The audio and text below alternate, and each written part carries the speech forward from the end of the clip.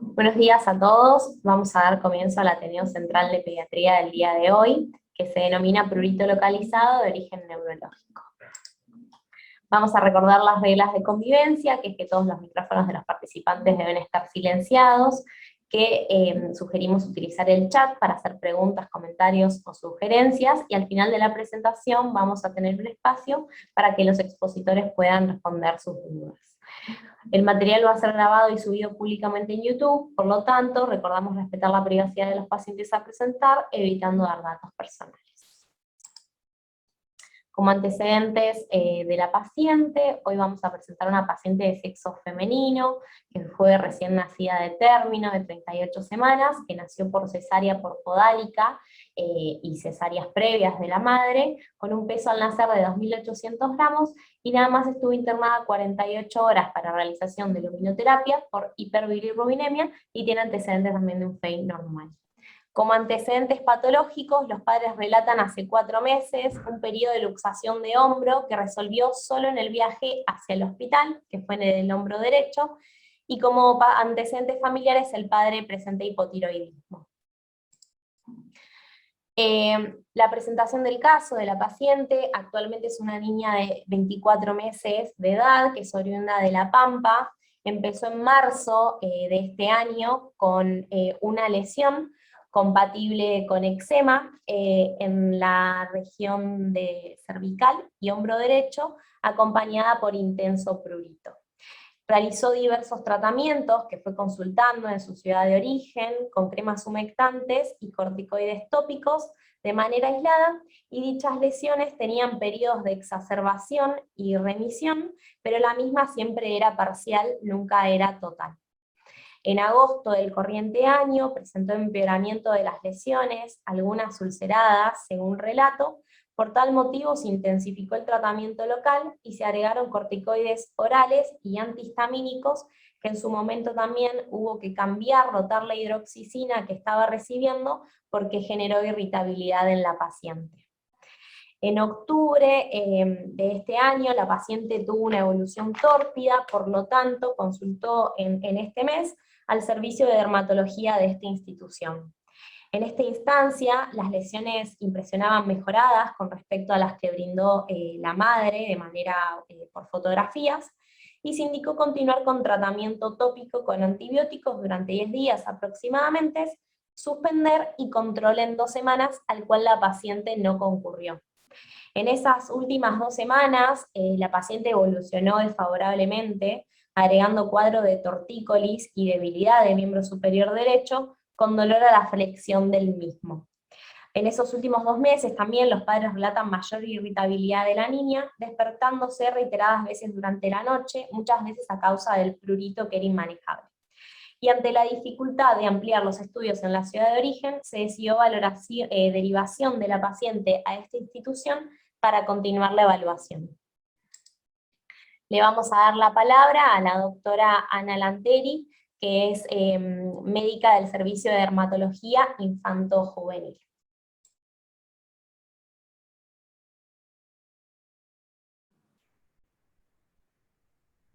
Ahí estamos. Bueno, buenas tardes, gracias por la invitación. La siguiente.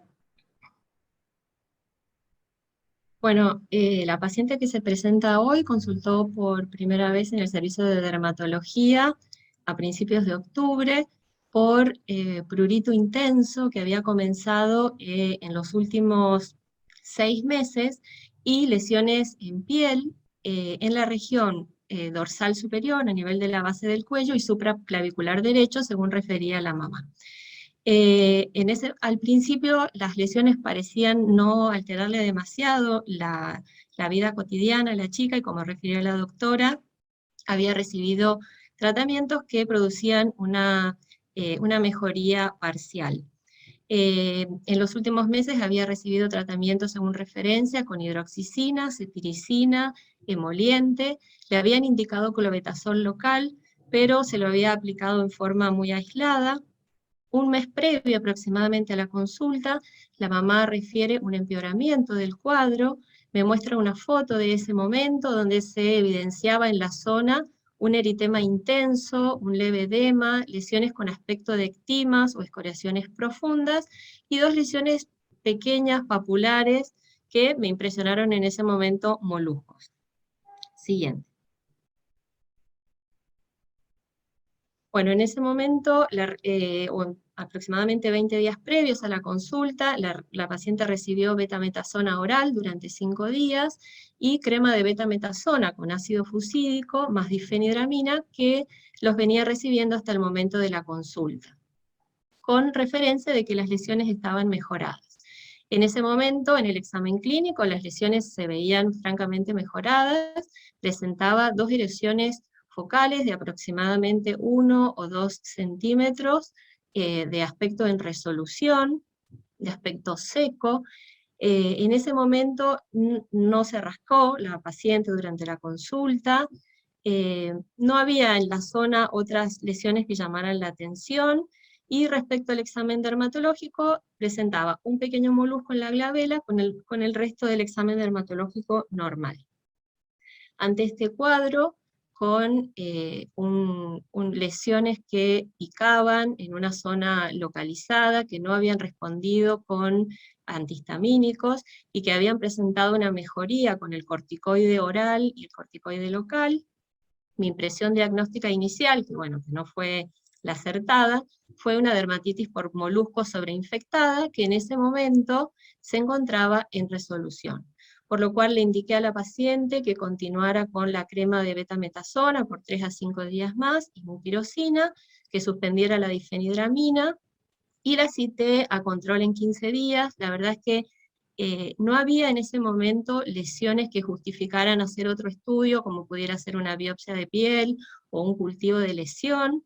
Sí puedo decir que la mamá se mostraba preocupada, así que bueno, pautamos un control en 15 días, al que la paciente no concurrió, pero bueno, en ese tiempo ella presentó una evolución tórpida con nuevos síntomas, por lo cual volvió a consultar en el hospital. Así que bueno, ahora les van a continuar refiriendo cómo evolucionó la paciente, y la doctora Scacchi les va a comentar el aspecto dermatológico cuando vino al control al hospital. Muchas gracias. Gracias, Ana. Vamos a darle ahora la palabra a la doctora Magalí Esquitín, que es médica staff de Medicina Interna Pediátrica y coordinadora de Hospital de Día. Bueno, muchas gracias, Belén. La verdad es que yo quería, digamos, todos van a ir hablando un poco de su materia de especialidad respecto de cómo fue la evolución de la paciente, entonces me pregunté qué podía aportar de diferente al relato, y en ese sentido me permití estructurarlo en estos 3 pasos. Primero, cómo fue el proceso de derivación y cuál fue el desafío diagnóstico. En segunda instancia, cómo fue afrontar la comunicación del diagnóstico hacia la familia. Y por último, hablar un poco de cómo es el trabajo en Hospital de Día, cómo funciona este lugar que en definitiva es una red de derivación, y cómo es el trabajo en interdisciplina. Respecto a la derivación, como ya fue describiendo la doctora Lanteri, era una paciente que había tenido una evolución tórpida de su cuadro dermatológico, pero que aproximadamente en 15 días previos a la derivación había sumado nueva sintomatología, que era un déficit motor en el miembro superior derecho de predominio proximal y una tortícolis con incapacidad de lateralización hacia la derecha, o sea que era un compromiso o un déficit motor que se correspondía con el territorio dermatológico afectado, y estos hallazgos llamaron la atención a Javier, que decidió prontamente tratar de articular una derivación oportuna para que pudiésemos hacer una valoración interdisciplinaria en Hospital de Día. Cuando la paciente llega, nos encontramos con este desafío diagnóstico. Habitualmente cuando llegan los pacientes a Hospital de Día, nos encargamos en conjunto con los residentes de tratar de hacer mucho énfasis en el interrogatorio, haciendo un screening socioambiental, buscando factores de riesgo, tóxicos ambientales. En este caso buscamos contacto con animales, conocer bien cómo es la situación social y conocer bien a la familia donde viven, como así también los antecedentes personales y patológicos, de los cuales realmente nos surgieron muchos datos de interés. Del examen físico destacaba la lesión que ya antes mencionaba Ana en la cara lateral y posterior del cuello, y este déficit motor, por lo cual coincidimos en primera instancia que las valoraciones más pertinentes para hacer eran dermatología y neurología.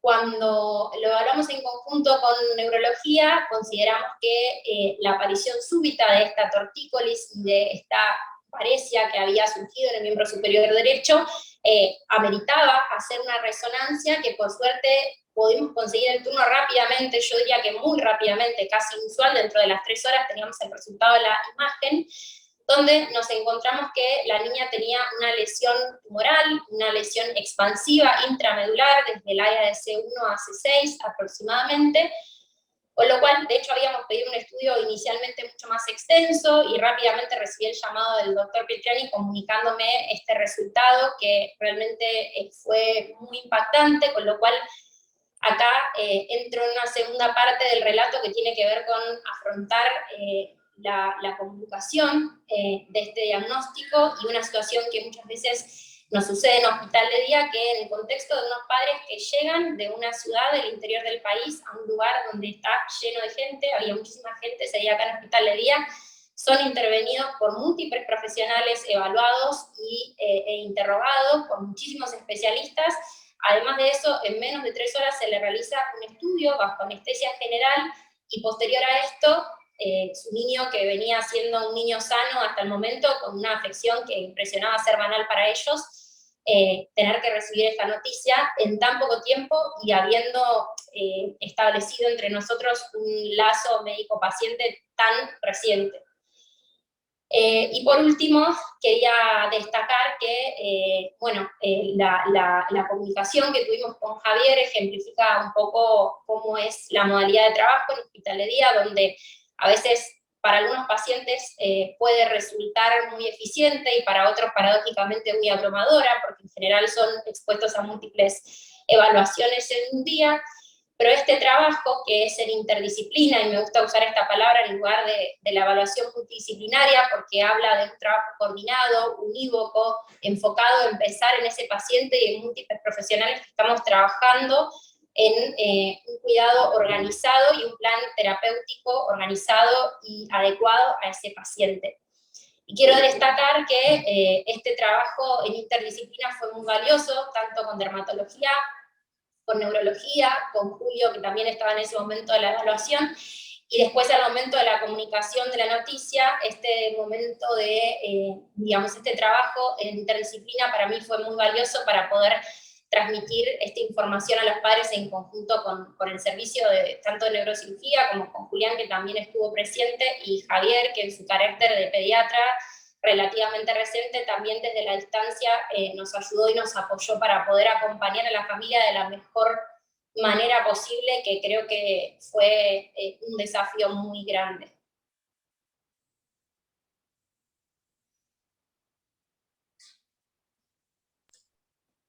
¿Paso a la siguiente? Sí, en realidad... Listo. Sí. Bueno, ahora gracias Magali. Le vamos a dar la palabra a la doctora Florencia Scacchi, que forma parte del servicio de dermatología pediátrica. Hola, buenas tardes a todos. El siguiente. Bueno, lo mío también es un poco comentar lo que vi cuando llegué a hospital de día. Me llamaron ese día para interconsulta y bueno, fui bastante rápido. Bueno, al ingresar a la habitación estaba la paciente a UPA de su mamá, muy irritable, llorando, se quejaba permanentemente, y lo remarco porque esto nos pasa muy seguido a los pediatras de ver a los niños así cuando los vamos a revisar, pero era bastante llamativo y los papás manifestaban todo el tiempo que hacía un tiempo largo, por lo menos en el último mes, su hija estaba así casi permanentemente.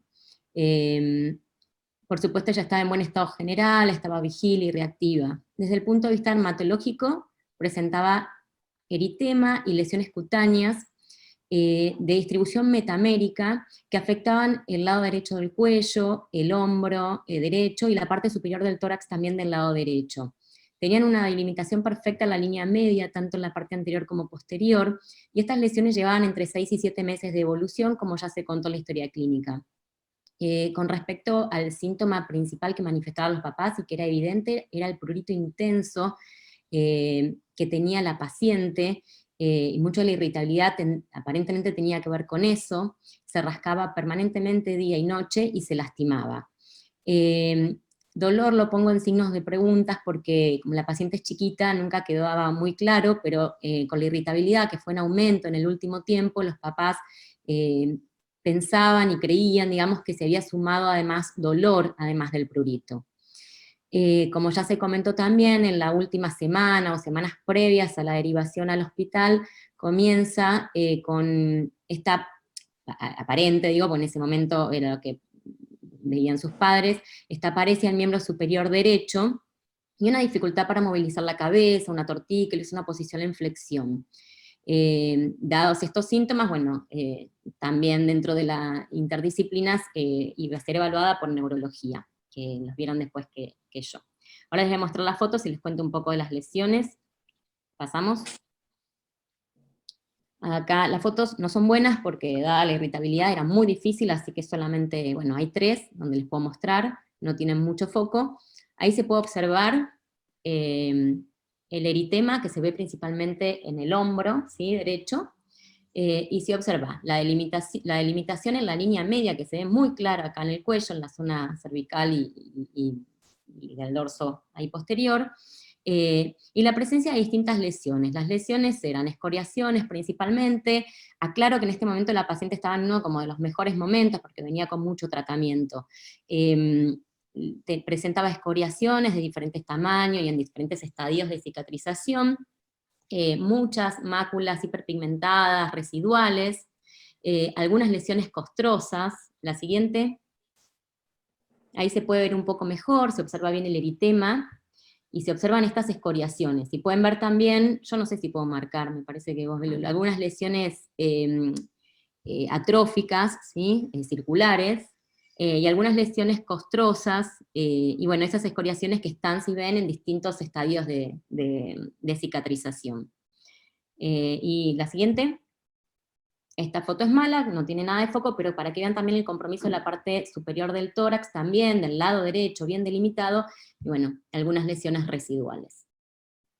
Eso es, digamos, cómo yo la veo a esta paciente. Después continúo con los estudios, cosas que a mí me llamaron la atención y que después charlábamos con Magalí, con Julio en ese momento, antes que la vea neurología, y que es lo que quiero remarcar desde el punto de vista dermatológico. Esta niña no tenía ninguna lesión dermatológica característica como para pensar en algún cuadro dermatológico puro, o en algo reactivo, o en algo infeccioso.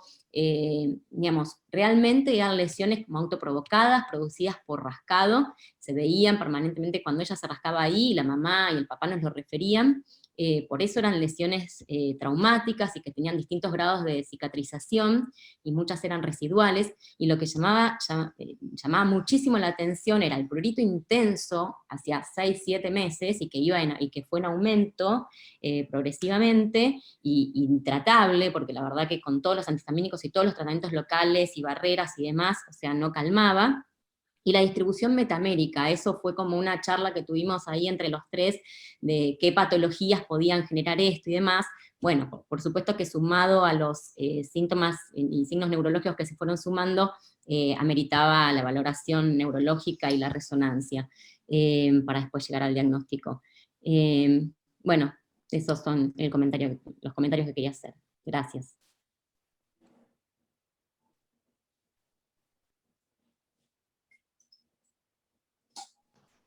Hola, ¿cómo están? Pasamos a la siguiente diapositiva. Sí, perdón, no me andaba el micrófono. No, te quería presentar a la doctora dale. Rosario Ortolá, del Servicio de Neurología Pediátrica. Ahora sí. Bueno, ¿cómo están? Bueno, ahora sí, nosotros fuimos a valorar a la paciente a Hospital de Día, justo en ese momento estábamos con el equipo de neuromuscular, así que, bueno, fue una valoración muy completa. Quiero agregar como datos de los antecedentes que ya contaron ustedes, que era una paciente que desde lo neurológico no tenía antecedentes de relevancia, que presentaba un neurodesarrollo acorde a su edad, y que bueno, aún no había adquirido la dominancia, por supuesto porque tenía 2 años, pero es un dato que me parece importante que sepan. En cuanto a lo que fue la enfermedad actual desde el punto de vista neurológico, los papás lo que nos comentaron fue que en la última semana notaron una disminución en la movilidad del brazo derecho. Ellos nos mostraron incluso videos, que no los pude poner porque no los tengo, en donde se ve cómo la nena camina y no tiene ni siquiera balanceo del miembro superior derecho durante la marcha. Y también está incapacidad para girar la cabeza, que ellos lo que nos expresaban era que la nena incluso si quería mirar algo, tenía que girar todo el tronco para poder dirigir la mirada al punto que ella quisiera. En el examen físico nos encontramos con una paciente, como dijeron previamente, que estaba muy irritable, con un llanto prácticamente continuo, lo cual dificultó algunas de las cosas de nuestra valoración. Lo que pudimos ver es que, bueno, por supuesto estaba vigil, reactiva a estímulos. En cuanto a la parte dermatológica no voy a repetir, pero simplemente estaba esta lesión con una base eritematosa, con las lesiones secundarias a rascado, que era muy llamativa la delimitación, tanto del lado anterior como posterior, a los dermatomas C3, C4 y C5 del lado derecho. En cuanto a la valoración de los pares craneales, la nena tenía pupilas isocóricas y reactivas y un seguimiento visual conservado, sin movimientos oculares anormales. Era muy llamativa la posición preferencial de la cabeza en semiflexión, y tenía una franca limitación a la rotación cefálica en el plano horizontal. Siguiendo con los pares craneales, tenía fascia simétrica, no tenía compromiso de la función respiratoria ni deglutoria, y su llanto era muy vigoroso. Esto lo menciono más que nada pensando en el diagnóstico final. Como otros datos positivos, encontramos una hiperlaxitud generalizada, que la madre también nos pudo mostrar que ella tenía las mismas características. Y en cuanto a la fuerza, lo que era evidente era una paresia del miembro superior derecho a predominio proximal, con la fuerza del miembro superior izquierdo y de ambos miembros inferiores conservada. En ese momento no pudimos completar el resto de la valoración por falta de colaboración de la paciente. Podemos pasar a la siguiente. Acá, este es un video que más que nada les quería mostrar las lesiones dermatológicas, pero es un poco lo que ya contaron desde dermatología, no nos aporta mucha información desde lo neurológico. Pero se ve, bueno, de vuelta la delimitación perfecta. Bien, ahora la siguiente. Entonces, con los hallazgos del examen físico, nuestra impresión diagnóstica fue la presencia de una monoparesia del miembro superior derecho a predominio proximal y la limitación de la rotación cefálica en el plano horizontal.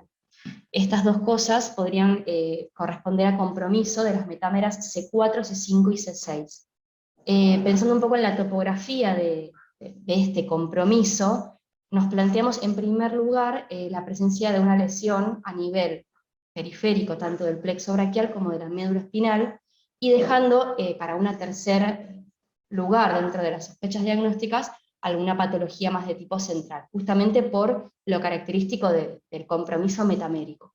Por este motivo fue que solicitamos la resonancia, como podemos ver en la siguiente filmina. Pasamos al siguiente, eso, muy bien, que solicitamos una resonancia de cerebro, columna cervical y plexo braquial con contraste, justamente para abarcar estas 3 áreas que les mencioné previamente para el diagnóstico topográfico, y en donde nos pudimos encontrar una lesión expansiva intramedular que se extiende desde la unión bulbomedular hasta el nivel C4-C5, que presenta un realce excéntrico tras la administración de contraste, que condiciona el remodelamiento del canal raquídeo, con listesis de grado 1 de la vértebra C2, todo esto correspondiente a un probable proceso neoformativo primario, a considerar en primera instancia un astrocitoma. Esto igual no me quiero explayar demasiado porque después va a comentarlo la gente de diagnóstico por imágenes. Bueno, este es un corte sagital de una secuencia T2 en donde podemos ver la lesión expansiva totalmente evidente. Bueno, pasamos a la siguiente. En cuanto a la evolución de la paciente, por supuesto se decidió su internación. La paciente ingresó a la unidad de cuidados intensivos, se decidió realizar una laminotomía cervical más una exéresis subtotal del tumor, con una resección de hasta el 80% del mismo.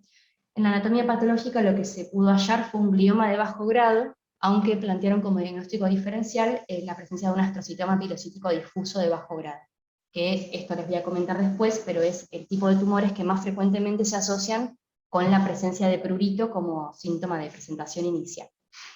En cuanto al aspecto dermatológico, lo que nos pudieron comentar es que hubo una mejoría tanto del prurito como de las lesiones cutáneas luego de la cirugía, y desde nuestra parte, en lo que fue el seguimiento de este examen neurológico, la realidad es que siempre fue muy difícil valorar a la paciente porque siempre se mantuvo irritable, tuvo incluso un manejo del dolor bastante irregular y difícil, pero lo que pudimos sí constatar, prácticamente al final de la internación, fue que persistía la monoparesia del miembro superior derecho y que se había agregado una disminución de la fuerza del miembro superior izquierdo, aunque no podemos constatar con exactitud hasta qué punto esta disminución de la fuerza está.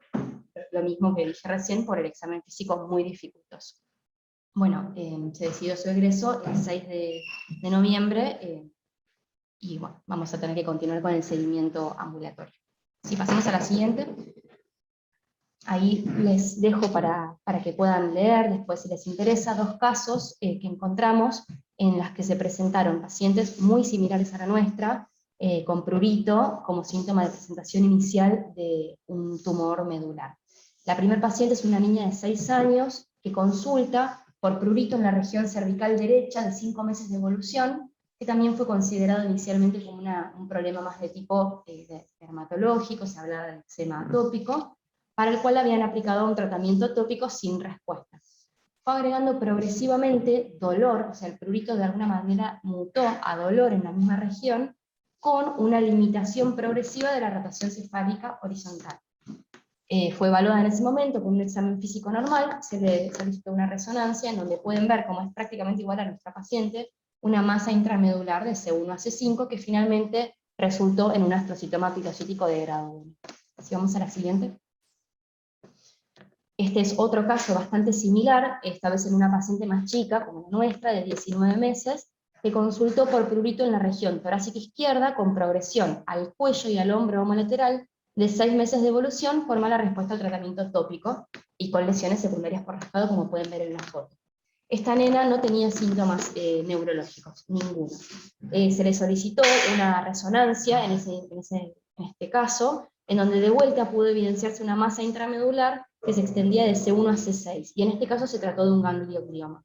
Lo que me parece interesante de estos artículos que me gustaría contarles es que plantean como posible explicación de la fisiopatología de por qué una lesión intramedular podría ocasionar prurito, y plantean 3 hipótesis que me parecen interesantes. En primer lugar, plantean que el prurito puede llegar a deberse a un síntoma por compresión de los nervios, ¿sí? Esa sería como una primera posibilidad.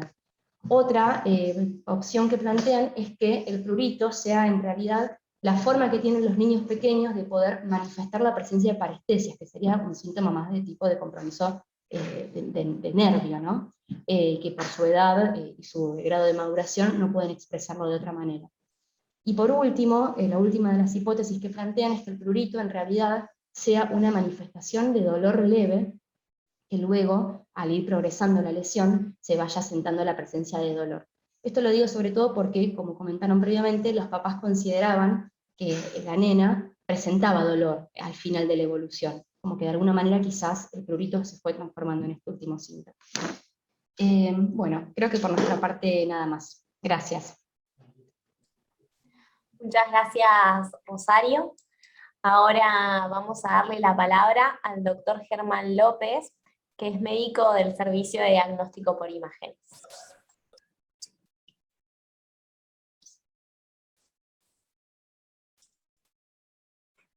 Hola, ¿me escuchan? ¿Se escucha? Sí, se escucha. Yo no sé si tengo la posibilidad de solicitar el control remoto para ir mostrando. A ver. Ahí está. Ahí ven mi puntero. Bueno, más que nada es describir un poco más de las imágenes con respecto a lo que ya habló la doctora. Tenemos la resonancia, en la cual a nivel de la columna cervical tenemos secuencias en corte sagital. Tenemos en la primera imagen secuencia T2, luego una secuencia STIR, es decir, supresión grasa, T1 y T1 post-contraste, en la cual se observa una lesión intramedular expansiva que se extiende desde el bulbo, desde la unión del bulbo medular hasta aproximadamente C4, C5, en la cual vemos que tiene un comportamiento tanto en T2 como en secuencia STIR, se observa hiperintensa, y en secuencias de T1 era hipointensa. Lo que llama la atención en este tipo de lesión es el realce intenso que presenta, sobre todo es intrínseco, luego de la administración del contraste. Dicha lesión genera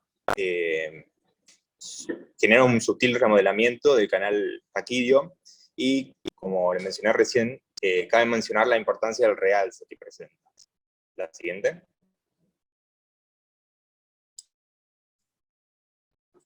Ahí. Más que nada, para hablar un poco más de lo mismo, en nuestros cortes tenemos un corte coronal, en el cual en la secuencia T1 post-contraste vemos ese realce intenso que presentaba la lesión y la extensión la cual abarcaba. Tenemos que en las secuencias las dos axiales de abajo son difusión EDC, en la cual no presenta como una restricción marcada en este tipo de lesión, y la secuencia de arriba, la del medio, es una secuencia T2, vemos cómo se comporta ese comportamiento intenso que presenta. Siguiente.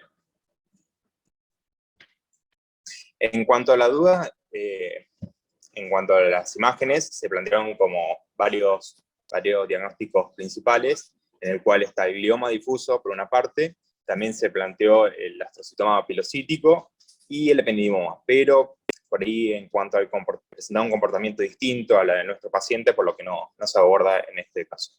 Entonces, en cuanto al glioma difuso, tenemos que en esta secuencia, digamos, en esta resonancia, tenemos secuencia sagital, en la cual vemos en la imagen A una secuencia sagital T2, en la cual vemos una lesión levemente hiperintensa, pero en comparación con nuestro paciente es un poco más heterogénea. Y en tras la administración de contraste que vemos en la secuencia, en la imagen D, vemos como ese realce es levemente tenue, tanto en la imagen C y D, tenemos ese realce tenue y heterogéneo, más que nada a nivel central de la lesión, que no presentaba nuestro paciente.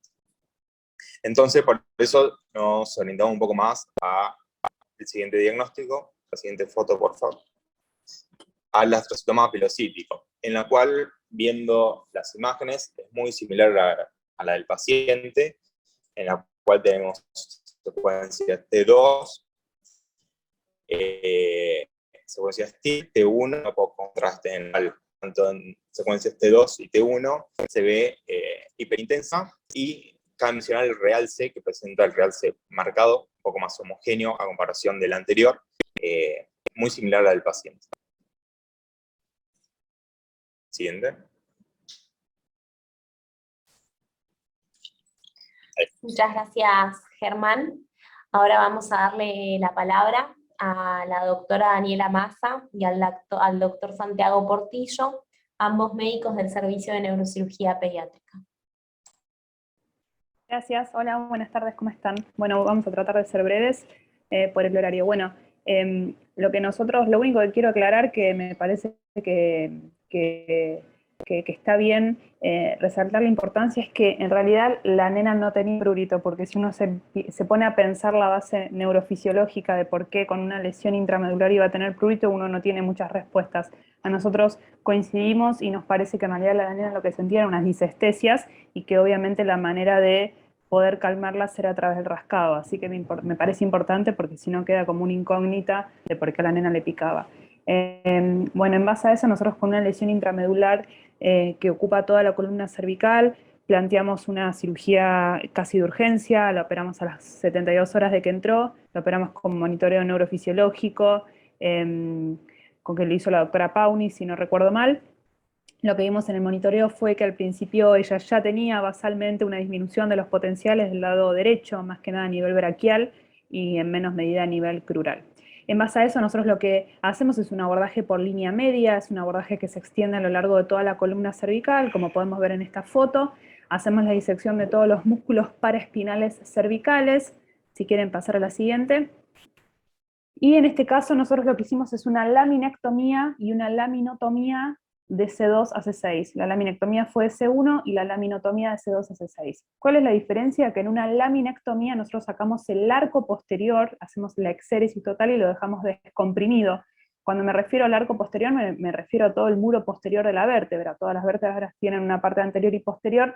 Nosotros sacamos el arco posterior junto con el ligamento interespinoso. Y de C2 a C6 se hizo una laminotomía que consiste básicamente en sacar parte posterior, digamos, de la vértebra, como podemos ver en esta foto, para poder tener un buen acceso a la médula de lleno. Y luego recolocar, como podemos ver en esta foto, todo lo que es la parte ósea y ligamentosa. ¿Por qué se hace esto? Porque en estas cirugías que son multinivel, es decir, que son más de 2, 3 niveles, puede evolucionar a una inestabilidad cervical. ¿Sí? Piensen que esto es de C2 a C6, es casi toda la columna cervical. Si nosotros sacamos todo el muro posterior, a esta nena la dejamos inestabilizada. Recolocándole la estructura ósea y ligamentaria, tenemos una menor incidencia, aunque esto no nos puede asegurar que en el futuro esta chica no haya que fijarle la columna, tal vez con alguna artrodesis y una fijación con tornillos y barras.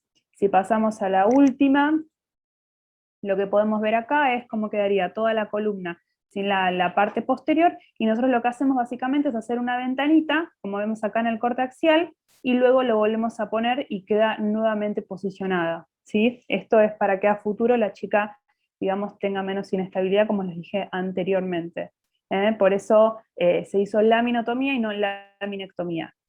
Bien, eso es para resumir un poco todo lo que es el abordaje. En cuanto a la cirugía, a modo de resumen les explico que fue una cirugía bastante limpia, no tuvimos ninguna complicación intraquirúrgica, se pudo hacer una exéresis subtotal con buenos márgenes, la lesión la verdad que se observó claramente en el canal medular, y los potenciales mejoraron muchísimo a nivel crural, mientras que a nivel braquial continuó en el postoperatorio con el mismo déficit.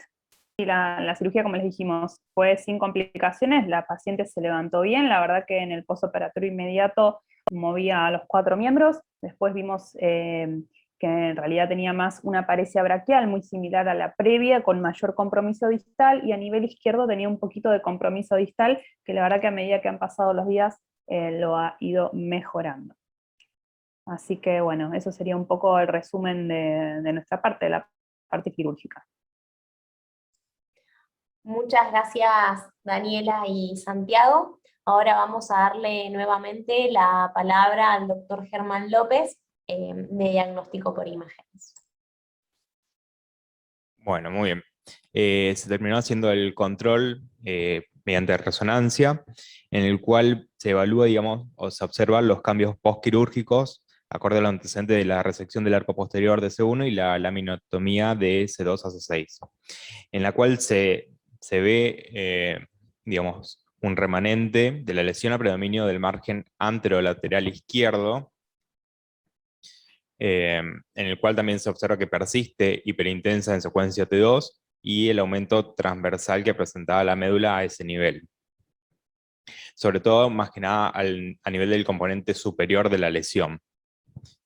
Y lo que también cabe mencionar es que se mantiene el edema medular hasta nivel de T2. Solamente eso.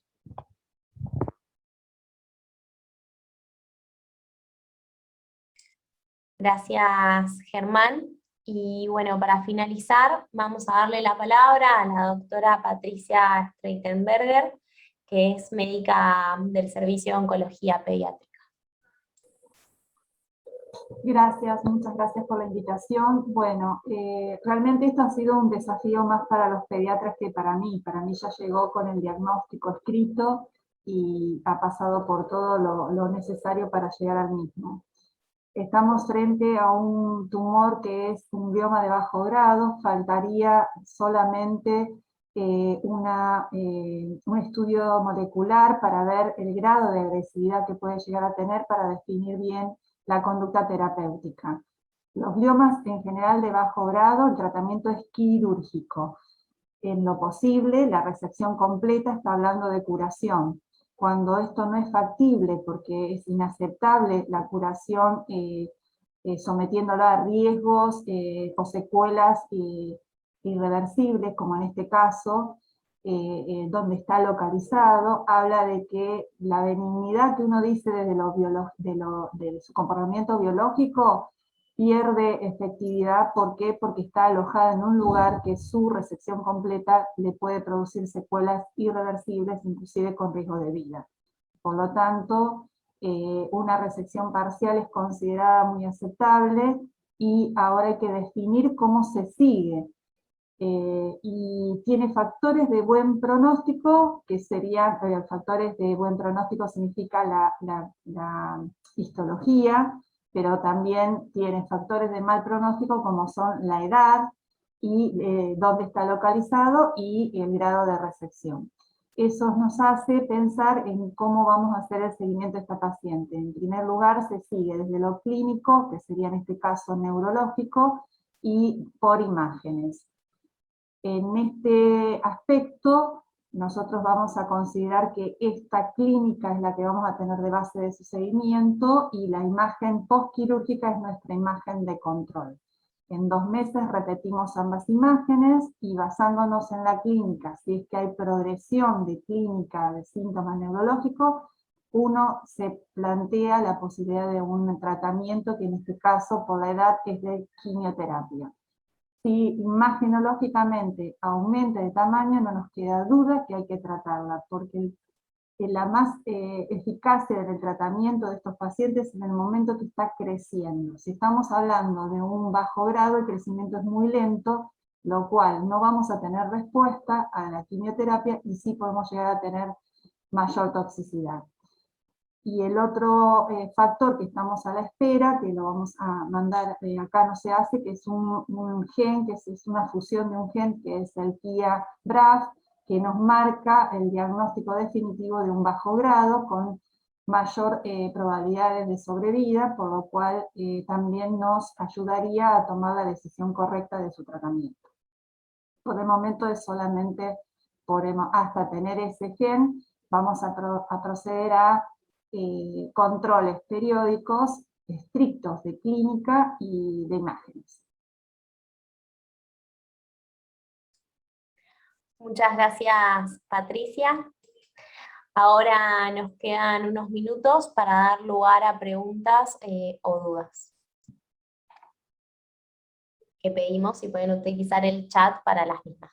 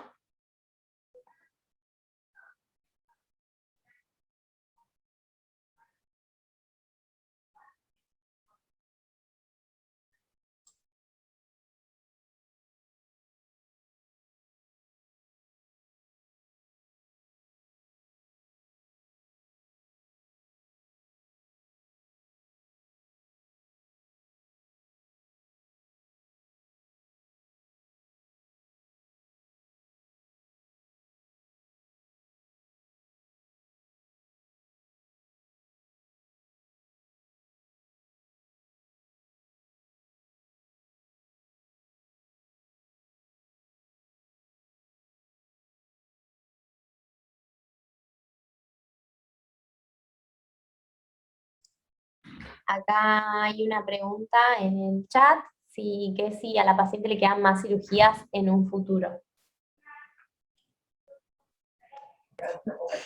¿Puedo contestar? Hola. Sí, doctor. Bueno, la respuesta es no. No, salvo que haya un recrecimiento. Pero hacia el final de la cirugía, cuando empecé a trabajar más que todo de la cara, hacia la cara ventral, y lateral del lado derecho, que parecía el implante del tumor, que era más duro en consistencia en relación al resto del tumor, es cuando bajaron un poco los potenciales. Yo vuelvo a repetir, como les dije antes, eso es lo que marca el límite de la resección, y yo creo que no se va a modificar. Algunas veces, cuando yo me formé, se decía que yo no hacía la mielotomía, hasta podría hacerlo en 2 tiempos, ¿no? Abrir la médula, hacer la mielotomía, esperar que el tumor saliera y volver una semana después. Algunas veces puede pasar eso, que se haga como si fuese un parto, pero no creo que en que está muy adherido, no sucede eso, y yo no creo que volvamos a tener un lecho tan confiable como lo que tuvimos, así que yo diría que cirugías más no. Perfecto. Muchas gracias, doctor. Y hay otra pregunta, si es que pueden recordarnos la frecuencia de los gliomas en la población.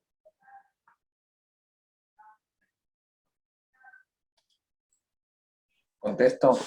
No sé qué dijeron. Lo pagué. Sí, preguntan con respecto, perdón, a los gliomas, ¿cuál era la pregunta? A ver. La frecuencia en la población.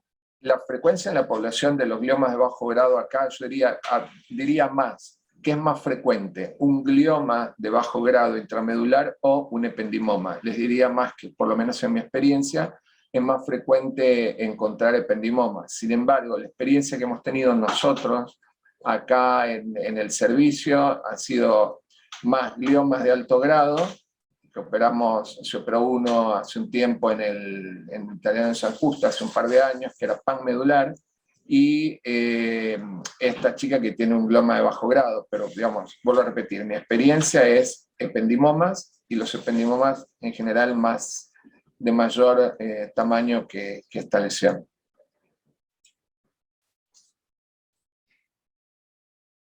Acá hay otra pregunta del doctor Julián Llera, que pregunta si con respecto a la luxación autorresuelta, si fue real o pudo haber sido una manifestación de la paresia.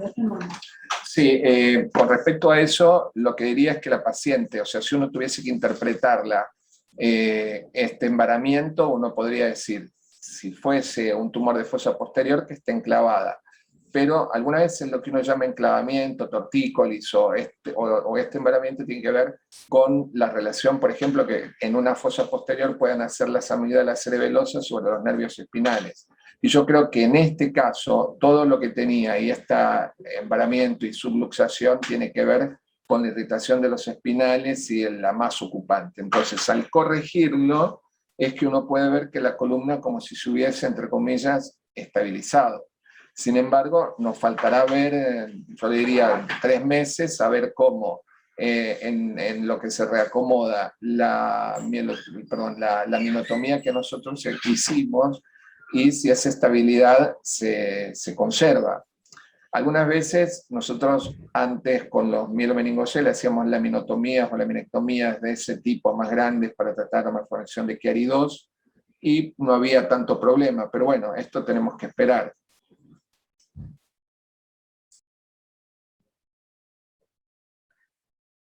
Gracias, doctor. No sé si queda alguna otra pregunta.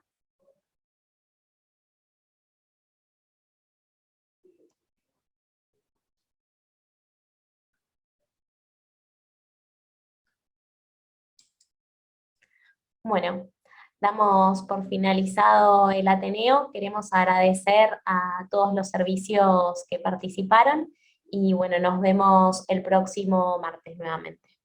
Gracias a todos.